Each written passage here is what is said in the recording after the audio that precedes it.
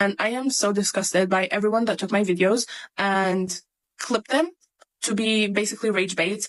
You talked for 10.5 minutes and I watched every second of it, and you still did not apologize for calling Black Americans colonizers when Black Americans are the oppressed people in this American society. So no, nobody clipped your stuff for rage bait. We clipped it because you called us colonizers. There's no way we can be colonizers and oppressed. That's an oxymoron. They can't be true at the same time. So either Black Americans are lying about being in slavery, about segregation, about racism, even though we just seen what happened to Sonia Macy, and we just seen what happened to homeboy in Nevada who got bullied by a bunch of white folk because he was trying to do his job, and they told him, hey, there's a tree down the road that we used to lynch folk. Either we're all lying about all of that, or you're spewing rhetorics that is just disingenuous to the Black experience. That is the problem, and y'all still have not addressed it. We understand your struggle. We understand what you are dealing with. We understand what y'all are going through, and we stand with Palestine. However, you do not have to stand with Palestine and tear down the Black community at the same time. So if people continue to clip your stuff, it's because you still have not acknowledged the fact that it was wrong to call us colonizers. As a veteran, I will even say I seen some stuff in the military that I would pray to God my kids never join because it's that toxic, and I do not agree with it. However, the military is what's taking Black people out of poverty and instability within this American society because of redlining. Go Google that so that way you understand why so many of us are in communities that is just unfortunate and lack of resources. We're not just out here doing whatever because we want to. We're out here trying to survive, just like you guys are trying to survive over there as well. Never ever could I have predicted that in the 2024 presidential election cycle that Black Americans would be blamed for American imperialism. Like, I predicted and expected a lot of different things, but this one did not see coming at all. And I think the main part of it is just like, how did we even get here? And where is the disconnect? This is crazy to me.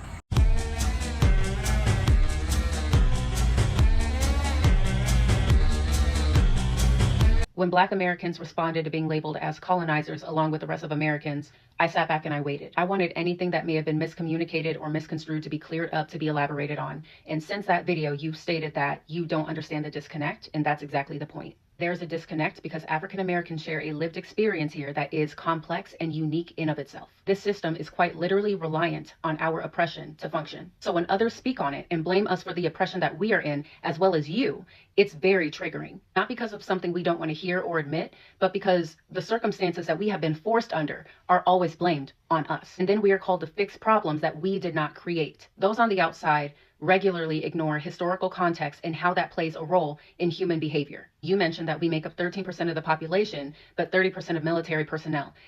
Did you ask why? Did it occur that this could be because of limited or denied opportunities? The choice made out of duress to escape living conditions that our government forced many of my people in? Or could it be a result of an oppressive system that preys on young and vulnerable Black children? You did what they do to us all the time. You threw a statistic that is a reflection of our oppression in our face without understanding why, and then blamed us for it. People often simplify our trauma and obstacles to the point that the solution is made to sound easy. That way, if we object or present valid concerns, you can just paint us as being lazy or selfish. Just pull yourself up from the bootstraps. Just get a job. Just start a revolution. It's never a question. It's always expected of us to be at the forefront and risk the rights that we just got. We are only 2 generations removed from Jim Crow. 2 generations. And we are being shamed for wanting to avoid a Jim Crow America where extremists run free, go unpunished, where there is widespread legalized discrimination, again, only this time under a possible dictator. I am still failing to understand how that version of America will be of any use to anyone. And was very upset. And shouldn't be talking like that to anyone on the internet. No, ma'am. You shouldn't be talking to people like that, period. You let loose on the internet and showed people exactly what you're about. And it's not a surprise based on how you treat another minority group, the Jews. Every day that goes by, you guys show the world more and more what you're about. And it has nothing to do with Palestinians. I gotta save my country first. Save your own country first. What country? You think America is a country? That's scary. This, what you're living in, is a business. A business that profits off of poor people, sick people, corruption. Kamala Harris would know about that. Maybe you should ask her. But the reason this quote-unquote country is in the place as it is now is because of people like you. All westernized countries operate in the same way, especially the countries that are colonial settler project countries, like America. And Black women, Black people, They already fucking know this because they have been suffering in this country that you claim is not a country, but this country for the last 400 fucking years, way before there was a conflict in Palestine. It's the forgetting our 400 years of suffering for me. With this condescending, ridiculous ass video that all it's doing is creating division.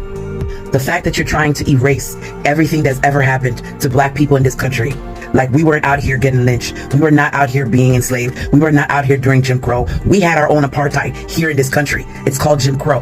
And our ancestors fought hard to stop the apartheid of black people in this country with no other country's help. They did it on their own. And to this day, we are still fighting the apartheid that is happening to black and brown people in this country. What you're doing doesn't help the coalition. You cannot expect us to forget our rights and not go vote after our ancestors died for the right to vote. What is happening over there is the same shit that happened in the Jim Crow South. The exact same thing. But we didn't have any countries out here calling it an apartheid. We didn't have countries out here fighting for the black and brown people who were fighting for their lives in America. So should the people in Palestine be free? Yes, the fuck they should. But so should the people in America. We shouldn't have to have collective punishment for what our government has done. And that is what you're asking the black and brown communities in this country, to accept collective punishment and be under a fascist regime. The same kind of regime that is going on over there. Is this country perfect? Fuck no. Has it done a lot of bullshit out there? Yes, it has. But you alienating the people that are actually in America trying their best to do something, to advocate, to call our Congress people, to push this government forward, the fact that you're disparaging them and alienate them is not helping your cause. This is not what solidarity is. Solidarity is not you telling us what the fuck we need to do. Solidarity is listening to everyone in the liberation movement, understanding each and every person's struggle, and trying to work together so that all of us can be liberated.